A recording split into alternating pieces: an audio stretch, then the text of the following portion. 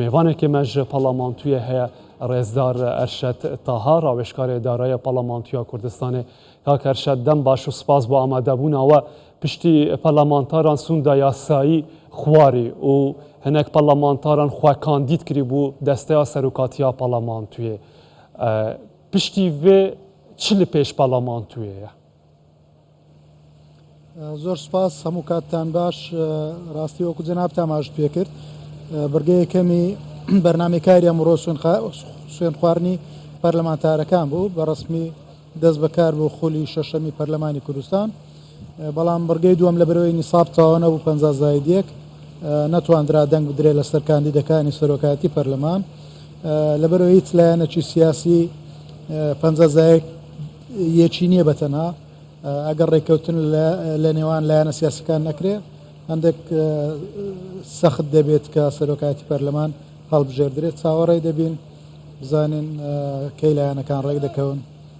تاکو بتوانن نیسابی دەنگدان لەسەر سەرۆکایەتی تەواو بکەن. باشە. بتەمەنتری سەرۆکی پەرلەمانتویە گوتی جڤینا پەرلەمانتویە بەهێنڤەدانێکە و ڤەدگەڕین ببینە سی گوت. کەنگی دبا واتە دێ بڤەکری بمینە حتا وێ دەماکوتە ئاماژە پێکری ڕێکەفتنا سیاسی تێکردن یان ژی دەمەکادی دیار کردە. وەکو ئاماژەم پێکرد ئەگەر نیساب تەواو نەبیت یعنی هیچ سوودی نابی چاوەڕێکردن. پشوەکەش درێژە دەچێشی پێویستە لایەنەکان ڕێککەون چووکە نیساب تەواو نابی بەبێ نیسابیش ناکرێت کە دەنگ بدرێت لەسەر کاندیدەکانی سەرۆکایەتی پەرلەمان. هەوڵتێنەدان پشک و جوین هاتیە هەلگرتن ئەڤڕ هەر ئەڤڕ و نیساب بێتە تەمامکردن ڕێکەفتنێن سیاسی بێنەکردن. جەناب دەزانی ئەو گفتوگۆیانە لە ئاستی مەکتەب سیاسی حیزبەکانە یعنی ئەمە ئاگداری وردەکاری ئەو گفتوگۆیانە نین. ڕاستی چاوەڕێینە فراکسیۆنەکانیش بێگومان چاوەڕێی ڕێکەوتنی سیاسی حەزبەکانیانن چاوەڕێیم زانین دەگەنە چ دەرەنجامەکە. باشە ئەم بەگەڕینە سەر پرسێن دارایی و ئابووری و ئەو هیڤیên لەسەر خولا شەشەیە پەرلەمانتویە کوردستانی هاتنە ئاواکردن ji بۆ دەرخستنا هەنی یاسا جوانی کیژان دیارترین کو دێ کار لەسەر بکەن لە پەرلەمانتویە دێ جوینên بێتێت پەرلەمانتویە پشتی و ئاسایی ببن. جەناب تو بینەرانی بەڕێزیش باش دەزانن 11 ساڵە هەرێمی کوردستان بە هۆکاری قەیرانە یەک لە دوای یەکان بە تایبەتی بڕینی بەشەبوجێ هەرێمی کوردستان دواتر هاتنی پەتای کۆڕۆنە و لە دوای ئەویش لامویان خراپتر ڕاگررتیارە هەناردەکردنی نەوتی هەرێمی کوردستان کاریگەریان هەبوو لە سەرۆی حکومەتی هەرێمی کوردستان لە ماوەی ڕابردوو نەتوانێت پرۆژەی ئاسایی بوو جەبنێرتە پەرلەمانی کوردستان هەر چەندە ساڵی ڕابردوو ڕێکەوتن هەبوو لە نێوان حکومەتی هەرێمی کوردستان و حکومەتی فیدرالی عێراق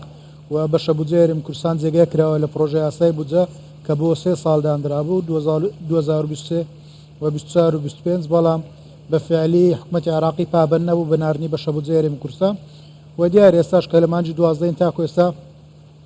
موچەی مانجی 10 فەرمانبەرانی هەرێمی کوردستانیش نەنێردراوە سەرڕایەوەی کە سزایەوەی کە بودجێوە بەرهێنان و پەرپێدانی پارێزگاکان بنێریتن.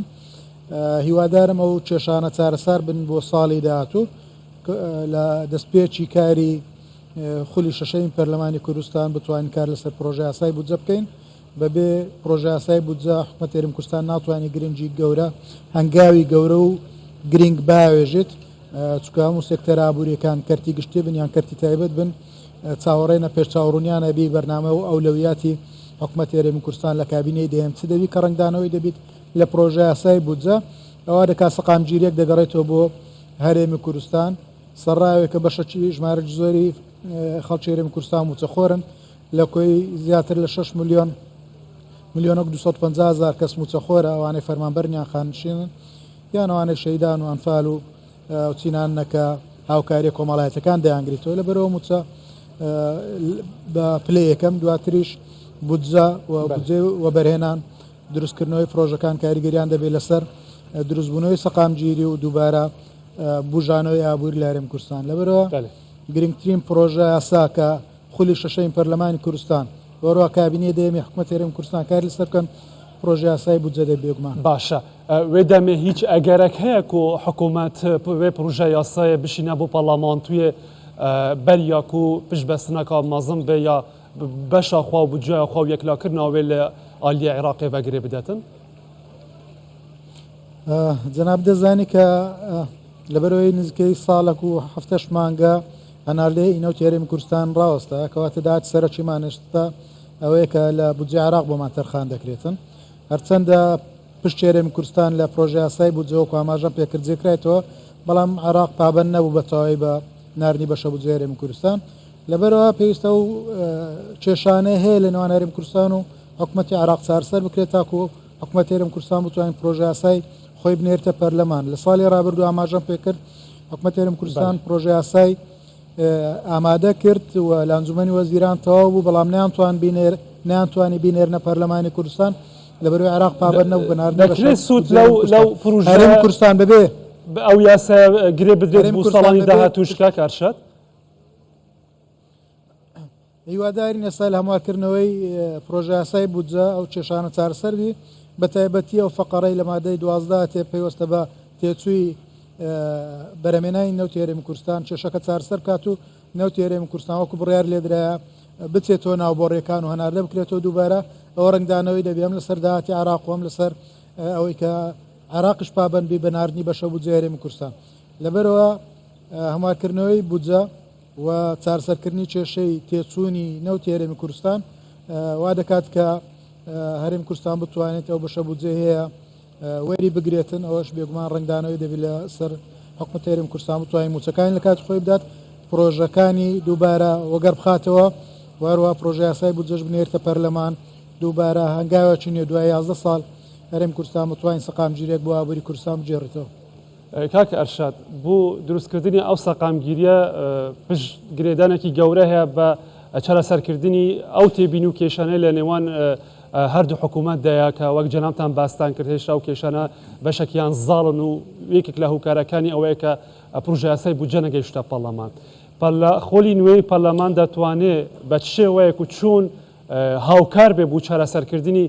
ئەو کێشانە دەتوانێت چی ڕۆڵێک بگێڕێت ئەگەر بمانەوە کێشەکان بەتەواوی بنبەر بن ڕاستی پێویستمان بە هەموارکردنەوەی قانونی دارایی مالیە کە لە ساڵی 2019 دەرچووە خۆتان زانن دوای ڕووداوەکانی 16 ئۆکتۆبەر لە ساڵ 2017 دواتر لە ساڵ 2019 پەرلەمانی عێراق و لایەنە عێراقیەکان وەک تۆڵەکردنەوە بە نەفەسی دوژمنکاری قانونی ئیداری مالی 2019 تێپەڕاندیە کە کاریگەری زۆر خراپیە بۆ لەسەر بودجەی عێراقی بێگومان قانونی دارایی مالی وەکو دەستوری دارایی عێراقە ئەگەر مانەوە کێشەکان بڕکەن لەگەر عێراقدا پێویستە قانونی ئیداری مالی ساڵی 2019 هەموار بکرێتەوە بە جۆرێک ڕەچاوی وەڕێز لە فیدرالیەتی هەرێمی کوردستان بگرێت چکە و قانونە هیچ بەهایەکی بۆ سیستەمی فیدرالی لە عێراق نێشتۆتەوە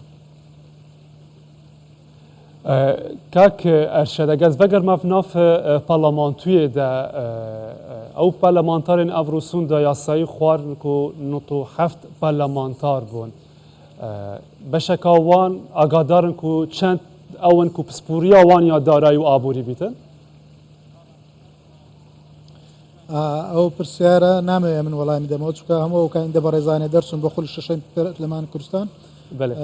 لەلایەنە سیاسەکان هەڵبژێردراون و خەڵکی کوردستان دەنجی پێداون پسپۆڕەکانیان هەرچی بیتن بەڵام ئێمەوە کوڕایشکاران هاوکاریان دەبین چ لە بواری یاسا و چ لە بواری ئابووری پێمان بکرێت توانێت خۆمانە خەینە خزمەتی لێژنەکان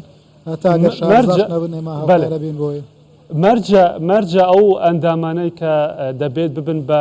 ئەندامی لیژنەکانی دارایی و ئابووری هەمان پسپۆریان هەبێتن نەخێر ئەفزەلیەت لەوانەیە بێگومان مەسەلەن ئەوانەیە کە پسپۆریان یاساییە لە لێژنەی یاسایی بنەوانی پسپۆریان داراییە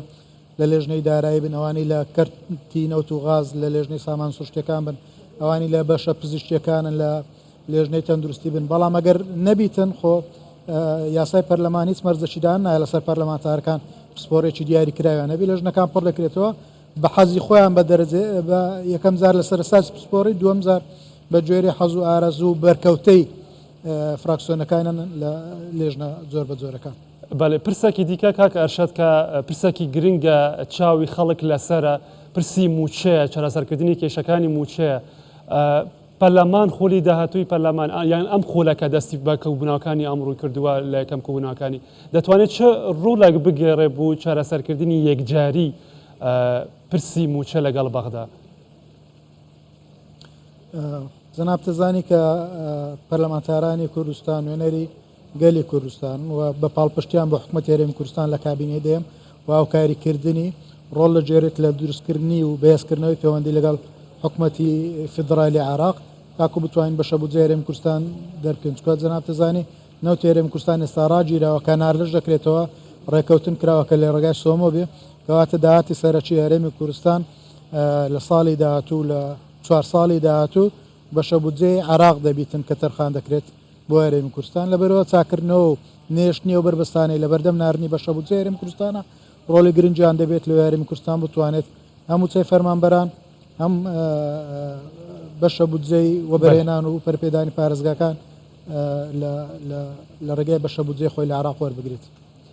gelek spas rêzdar Erşet Taha rawêşkarê darayî Parlamentoya Kurdistanê ji nava parlamentê bixwe li gel me bûyî. Mandû nebin.